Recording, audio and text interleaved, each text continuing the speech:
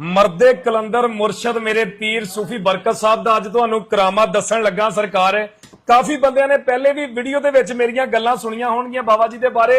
अज ते जिहड़ा अखी वेखी करामात आ ओह तुहाडे नाल शेयर करन लगा। मेरे माशाअल्लाह बहनोई ने जी, हाफिज साहब साडे नाल बैठे ने।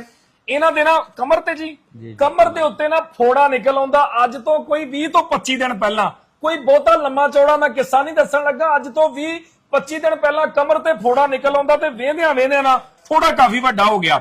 इन्होंने डॉक्टर दे नाल रजू किया, डॉक्टर दे नाल राबता किया। डॉक्टर इन्होंने 3 ਤੋਂ 4 डॉक्टर चूज किए जी, जिन्होंने कहा जी ਇਹਦਾ ऑपरेट होना वा जी। खुरड़ियां वाले शहर दे विच कबवा हॉस्पिटल आ, ਉੱਥੇ भी इन्होंने दिखाया, ਉੱਥੇ भी उन्होंने कहा जी ਇਹਦਾ ऑपरेट ही होना, होर ਇਹਦਾ हल कोई नहींगा।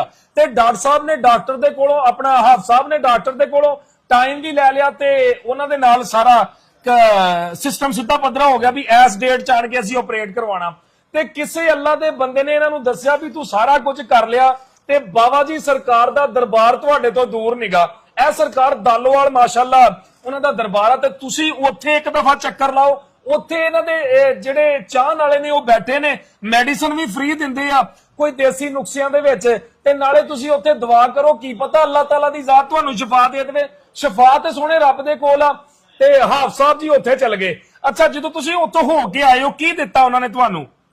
मैं उत्थे गया जी, उन्होंने पहले बाबा जी के दरबार ते दुआ मंगी है माशाअल्लाह। उस तो बाद मैं वो हकीम साहब दे कोल चला गया ਜਿਹੜਾ ਉੱਥੇ ਬੈਠਾ ਹੋਇਆ ਵਾ। उन्होंने दस्सिया, उन्होंने कहा जी किन्ने दिन हो गए? मैं कहा जी 5 ਤੋਂ 7 दिन हो गए। 5 ਤੋਂ 7 ਦਿਨ ਹੋ उन्होंने ਗਏ। कहा जी ਤੁਹਾਨੂੰ ਪਤਾ ਵੀ ਚੱਲ ਗਿਆ ਕਿ ਆਪਰੇਟ ਹੀ ਹੋਣਾ? ਮੈਂ ਕਿਹਾ ਜੀ ਡਾਕਟਰਾਂ ਨੇ ਕਿਹਾ। ਡਾਕਟਰਾਂ ਨੇ ਕਿਹਾ ਆਪਰੇਟ ਨਹੀਂ ਖਾਣਾ ਕਰਵਾਣਾ, ਸਾਡੀ ਮੈਡੀਸਨ ਖਾਣੀ ਹੈ ਤੇ ਇਨਸ਼ਾਅੱਲਾ ਇਹ ਬਿਹਤਰ ਹੋ ਜਾਏਗਾ। ਅੱਲਾਹੁ ਅਕਬਰ। ਉਹ ਬਸ ਉਹਨਾਂ ਨੇ ਮੈਡੀਸਨ ਦਿੱਤੀ ਆ ਫ੍ਰੀ। ਮੈਂ ਉਹਨਾਂ ਕਿਹਾ ਜੀ ਪੈਸੇ? ਉਹਨਾਂ ਨੇ ਕਿਹਾ ਜੀ ਪੈਸੇ ਆਪਣੀ ਜੇਬ ਤੇ ਪੈਸਾ ਕੋਈ ਨਹੀਂ ਲੈਂਦੇ, ਦਵਾਈ ਵੀ ਫ੍ਰੀ ਆ।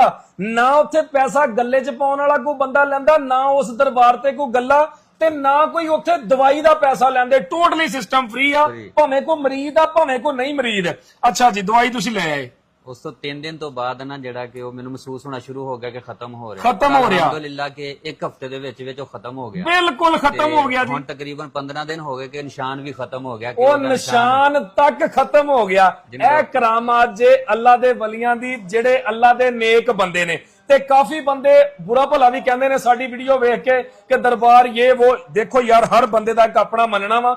ਅਸੀਂ ਵੀ ਉੱਥੇ ਜਾ ਕੇ ਇਹ ਇਹਨਾਂ ਦੀ ਨਿਸਬਤ ਦੇ ਨਾਲ ਹੀ ਅੱਲਾ ਦੇ ਕੋਲੋਂ ਮੰਗਦੇ, ਪਰ ਬਾਹਰ ਦਰਬਾਰ ਆ। ਮੈਂ ਇਹਨਾਂ ਦਾ ਮਰੀਦ ਆ ਸੂਫੀ ਬਰਕਤ ਸਾਹਿਬ ਦਾ। ਨਾ ਉੱਥੇ ਗੱਲਾਂ ਵਾ, ਨਾ ਉੱਥੇ ਕੋਈ ਬੰਦਾ ਪੈਸੇ ਪਾਉਂਦਾ ਵਾ, ਨਾ ਉੱਥੇ ਕੋਈ ਧਮਾਲ ਆ, ਨਾ ਕੋਈ ਢੋਲ ਆ, ਨਾ ਕੋਈ ਭੰਗੀ ਚਰਸੀ ਆ। ਔਰ ਸਭ ਤੋਂ ਵੱਡੀ ਗੱਲ, ਸਾਲ 'ਚ ਇੱਕ ਦਫਾ ਕੈਂਪ ਲੱਗਦਾ 2 ਮਹੀਨਿਆਂ ਦਾ। ਦੁਨੀਆ ਦੇ ਵੱਡੇ ਮੰਨੇ ਤਰਮੰਨੇ ਡਾਕਟਰ ਆਣ ਕੇ ਫ੍ਰੀ ਤੁਹਾਡੀਆਂ ਅੱਖਾਂ ਦਾ ਇਲਾਜ ਕਰਦੇ ਆ, ਭਾਵੇਂ ਕੋਈ ਮਰੀਜ਼ ਆ ਭਾਵੇਂ ਕੋਈ ਨਹੀਂ ਮਰੀਜ਼।